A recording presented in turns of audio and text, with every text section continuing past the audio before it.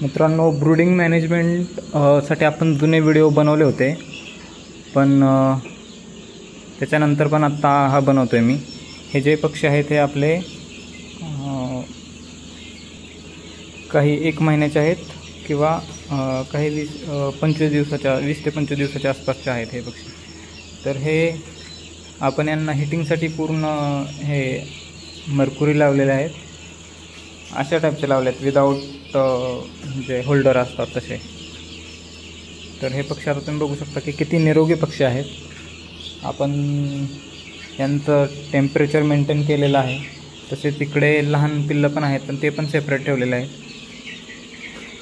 ती पण 15 दिवसाच्या आसपासचे झालेले आहेत, काही निघालेले आहेत। यांना आपण सेपरेट ठेवलेलं आहे। सेपरेट ठेवण्याचं कारण असं की त्यांचं लसीकरण करायला आपल्याला सोपं जातं, तसेच त्यांचं खाद्य असेल किंवा त्यांचं पाणी किंवा जर ते मिक्स झाले तर एकमेकांना मारतात, त्यामुळं आपण सगळे वेगवेगळे आपण ब्रूडिंगचे असे आपल्याकडे आहेत तरी केलेले आहेत। सोबत आपण कोळसा शेगडी पण ठेवलेली आहे, सोबत एक डबा पण ठेवलेला आहे, त्याच्यामध्ये कोळसा भरून ठेवतात आणि आता दुसरा ऑपरेट करण्यासाठी आहे, याला मोटर वगैरे असते, त्याने आपल्याला कमी इंधनामध्ये आपल्याला जास्त उष्णता तयार होते आणि कमी धुरामध्ये। तर आपण पक्ष्यांच्या ब्रूडिंगचं जे नियोजन आहे तर त्याच्यासाठी आपण हे क्लीन टॅब म्हणून एक आहे औषध भेटतं, तर हे आपण वॉटर सॅनिटायझर म्हणून वापरतो। तसेच आपण हे आता नवीन लेक्झिन पावडरची पुडी आलेली आहे। पहिले पिवळ्या कलरची राहायची, पूर्ण पिवळ्या किंवा थोडा केशरी कलर असायचा, आता हा पांढरा आणि पिवळ्या कलरमध्ये आलेला आहे। ह्याची MRP पण वाढलेली आहे, 91 रुपये MRPने आलेले आहे आता।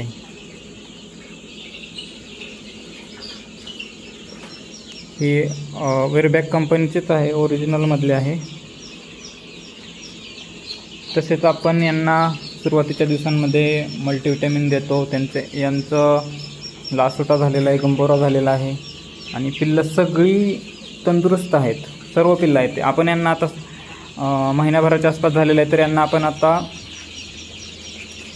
पालक आणि मेथी घास टाकायला सुरुवात केलेली, जेणेकरून थोडी ज्यावेळेस आपण ही बाहेर सोडू तर त्यांना खाद्याचा काय प्रॉब्लेम आहे नको। आपण यांना अजून प्री स्टार्टरच ठेवलेलं आहे खाद्यामध्ये, आणि हे आपण आता खाद्य सुरू केलेलं आहे। आता ही ऑर्डरची पिल्लं आहेत, 20 तारखेला जाणार आहेत, पुण्याला ऑर्डर आहे ही, तर हे पिल्लं देणार आहे आपण। आता ही जाळी पण लावलेली आहे आपण वरून, ही चिकन मेशवाली, कारण आता हे एवढे मोठे झालेले आहेत की आता याच्यावरून सुद्धा ही जाळी जवळपास 4 फुटाच्या आसपास जाळी आहे, तर ह्या जाळीवरून पण हे उड्या मारून येतात, काही पिल्लं निघतात आहे बाहेर अजून पण। ही जाळी बघू शकता, एवढे तंदुरुस्त आहे ते पिल्लं। हे तुम्ही भांड्यांवरती पण बसतात आहे, काही तिकडे 6 गार्ड लावलेले आपण साईडला पण तिकडे, तर त्याच्यावरती पण ठेवलेलं आहे। आपण एक फॅन पण ठेवला आहे यांना व्हेंटिलेशनसाठी, काही प्रॉब्लेम येऊ नये म्हणून, आणि साईडला पडदे लावलेले आहेत। हे जे पडदे आहेत हे आत्ता रात्र असल्यामुळे आपण हे झाकून घेतलेलं आहे पूर्ण, हे दोन्ही साईडने। इथं तूस वगैरे ठेवण्यासाठी स्टँड केलेला आहे, तूस, भांडी, आणखी खाद्य ठेवण्यासाठी। आणि तसंच आपण प्रत्येकाला पॉईंट काढलेत, हे मर्क्युरीचे पॉईंट आहे, तिथे बल्बसाठी काढलेला आहे, हा मर्क्युरी जोडलेला इकडे, वेगवेगळे फॅनसाठी काढलेला आहे, आतमध्ये टेम्परेचर मीटर आहे। आता इथं जवळपास बल्ब नाही त्यामुळं थोडं टेम्परेचर कमी दाखवतं आहे, पण इकडे मेंटेन झालेले आहे उष्णता। हे फिटिंग वगैरे प्रॉपर करून घेतली आपण, कारण हे 1 टाईम आपली इन्व्हेस्टमेंट असते, थोडा खर्च जास्त होतो, पण आपल्याला पुढे जाऊन प्रॉब्लेम येत नाही। हे DP स्विच केलेले आहेत वेगवेगळ्या मर्क्युऱ्यांसाठी, तसेच फॅनसाठी 2 काढलेत लाईटचे कनेक्शन। आणि हे जे बल्ब आहेत हे आपण चार्जिंगचे बल्ब ठेवलेले आहेत, जरी इन केस लाईट जर गेली संध्याकाळी किंवा अचानक कधी लाईट जर गेली तर एकदम पिल्लांना अंधार होऊ नये, किंवा एकदम पिल्लांची खूप धडपड होते जर लाईट गेली तर एकमेकाच्या अंगावरती बसतात किंवा पिल्लं दगावू पण शकतात, मॉर्टॅलिटी होऊ शकते। त्यामुळे आपण हे चार्जिंगचे बल्ब पण ठेवलेत बॅकअपला, जर लाईट गेली संध्याकाळी कधी तर लाईट उष्णता तशीच चालू राहते, त्यांना काय प्रॉब्लेम येत नाही। आणि जे शेडचं टेम्परेचर आहे ते शक्यतो कमी होत नाही, कारण संध्याकाळी आपण हे पूर्ण पॅक केलेलं आहे, साईडने पडदे वगैरे लावलेले आहे, तर ते टेम्परेचर राहतं मेंटेन. आणि सोबत बॅकअपला आपण हे कोळसा शेगडी पण आहे आपल्याकडे एक, इकडे आपण चार्जिंगला लावून ठेवलेले आहे. कोळसा शेगडी पण आहे हे चार्जिंगला लावून ठेवलेली. तर याच्यामुळं पण आपल्याला ते कमी खर्चामध्ये किंवा कमी लाकडामध्ये, कमी धुरामध्ये आपल्याला उष्णता तयार होते जर कधी लाईट गेली तर. आता हे आपली जवळपास आता 1000च्या आसपास पिल्लं आहेत आपली. ही आणखी आपली बुकिंग चालू आहे. 2 बुकिंग झालेले आहे, 1500ची आणि 1000ची बुकिंग झालेले आहे. 3500ची बुकिंग आणखी अंडर डिस्कशन आहे, तर आपली ती पण चालू आहे. गावरांचं प्रोडक्शन करायला थोडंसं अवघड जातं, कारण गावरांची जी ब्रीडिंग असते ती प्रॉपर झालेली नसते. पण आपण आपल्याकडचे स्वतःचे पॅरेंट असल्यामुळे आपण त्याच्यावरती पण वर्क करतो आहे आणि सर्वात चांगली क्वालिटी कशी भेटेल याकडे आपण लक्ष देतो आहे.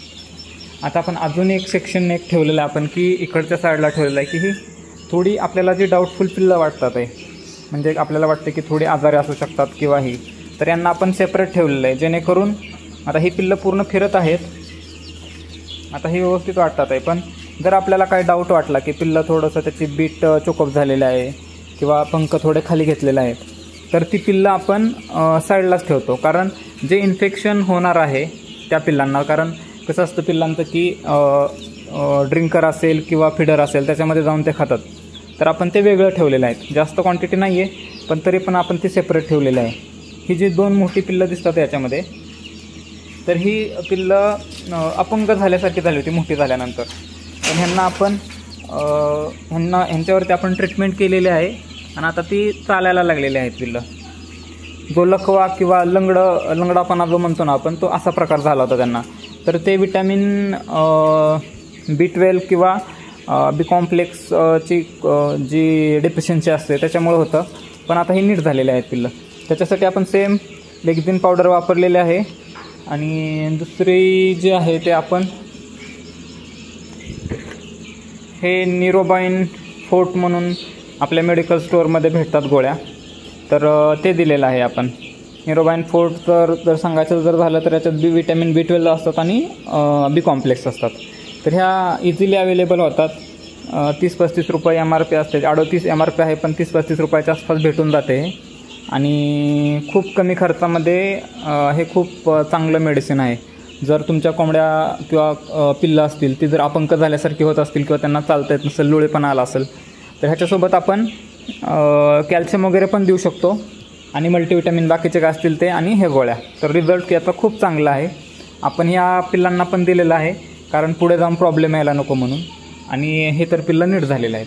तर आपण आजारी पिल्लं असतील तर त्याचा पण एक वेगळा सेक्शन ठेवणं गरजेचं असतं, कारण पुढे जाऊन त्यांची मॉर्टॅलिटी किंवा त्यांचं इन्फेक्शन वाढायला नको म्हणून.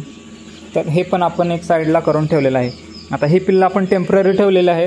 आपली दुसरी एक जाळी येते की बाहेर डायरेक्ट याच्यामध्ये शेडमध्येच न ठेवता आपल्याला जी डाऊटफुल कधी वाटतात, एका दुसरं पिल्लू जर वाटलं तर आपण ते डायरेक्ट बाहेरच्या जाळीमध्ये ठेवायचे. म्हणजे त्यांचा आणखी जो इन्फेक्शन रेट आहे तो आणखी कमी होऊ शकतो. पिल्लांना आपण फिडिंगमध्ये प्री स्टार्टरच देतो आणि त्यामुळे त्यांची साईज क्वालिटी सगळी मेंटेन राहते. आणि एकदा ही पिल्लं 1 महिन्याच्या आसपासची झाली की त्यांना नंतर मग पालक असेल, मेथीघास असेल किंवा आणखी तुमच्या फळभाज्या असतील किंवा मक्का, हे आपण चालू करू शकतो. आणि त्यामुळं एकदा त्यांची क्वालिटी मेंटेन झाली की नंतर मग त्यांना बाहेर जरी आपण सोडलं, मुक्तसंचारमध्ये आपला जो 1 एकरचा फार्म आहे, तरी ते एकदम सुदृढ राहतात आणि दिवसभर चरून खातात. तसेच त्यांना आपण थोडंसं जे कंपनी फीड आहे ते पण आपण कंटिन्यू चालू ठेवतो. आणि बाकीचं जे आहे, मक्का असेल, बाजरी असेल किंवा बाकीचं आपल्या शेतीमधलं काय वेस्टेज काय असेल, भोपळा असेल, शेवग्याचा पाला, हे पण आपण वापरतो. त्यामुळं कोंबड्यांची क्वालिटी चांगली राहते. आता हा व्हिडिओ बनवण्याचा उद्देश एवढाच होता की आपण पिल्लांचं मॅनेजमेंट कसं केलेलं आहे, ब्रूडिंग मॅनेजमेंट कसं केलेलं आहे, हे दाखवण्यासाठीच बनवलेलं आहे. आपलं शेड जे आहे ते आपलं 32x24चं आहे. आणि ही जी रूम बनवली आहे ती खास आपण फक्त ब्रूडिंग सेक्शनसाठी बनवलेलं आहे. फक्त इथं 1 महिन्यापर्यंतची पिल्लं राहणार आपले जे दुसरे 2 शेड आहेत त्यामध्ये आपण जर मोठी ऑर्डर असेल किंवा पुढची ऑर्डर असेल 1 महिन्याच्या नंतरची, तर आपण ती तिकडं ठेवतो पिल्लं.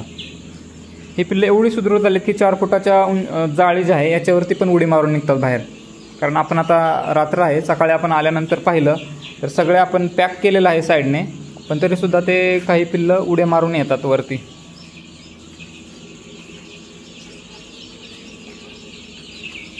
कोणी जर नवीन कुक्कुटपालन करत असेल किंवा काही आणखी कोणाचे काय प्रश्न असतील कुक्कुटपालनाशी संदर्भात, आपण जे करतो आहे ते प्युअर गावरानचं करतो आहे आणि कमर्शियल लेवलचं करतो आहे. कारण बऱ्याचदा लोक काय करतात की एखादी कोंबडी असते त्याच्याखाली 15-20 अंडे टाकणार, त्यातले 10-12 निघणार, कधी 2-4 निघणार, असं करतात.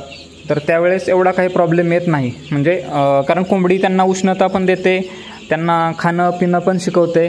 पण ज्यावेळेस आपण कमर्शियल लेवलचा करतो त्यावेळेस कोंबड्यांच्या खाली आपण जास्त अंडी ठेवू शकत नाही, कारण एवढ्या कोंबड्या अवेलेबल होत नाहीत. दुसरी गोष्ट अशी की जास्त जर तुमच्या कोंबड्या जर झाल्या तर त्या कोंबड्या एकमेकांना मारतात आणि त्यामुळं आपण हे कमर्शियल लेवलला सर्व गोष्टींचा अभ्यास करून, शून्यातून अभ्यास करून हे तयार केलेलं आहे आणि आपल्याला याच्यामध्ये सक्सेस भेटत पण आहे.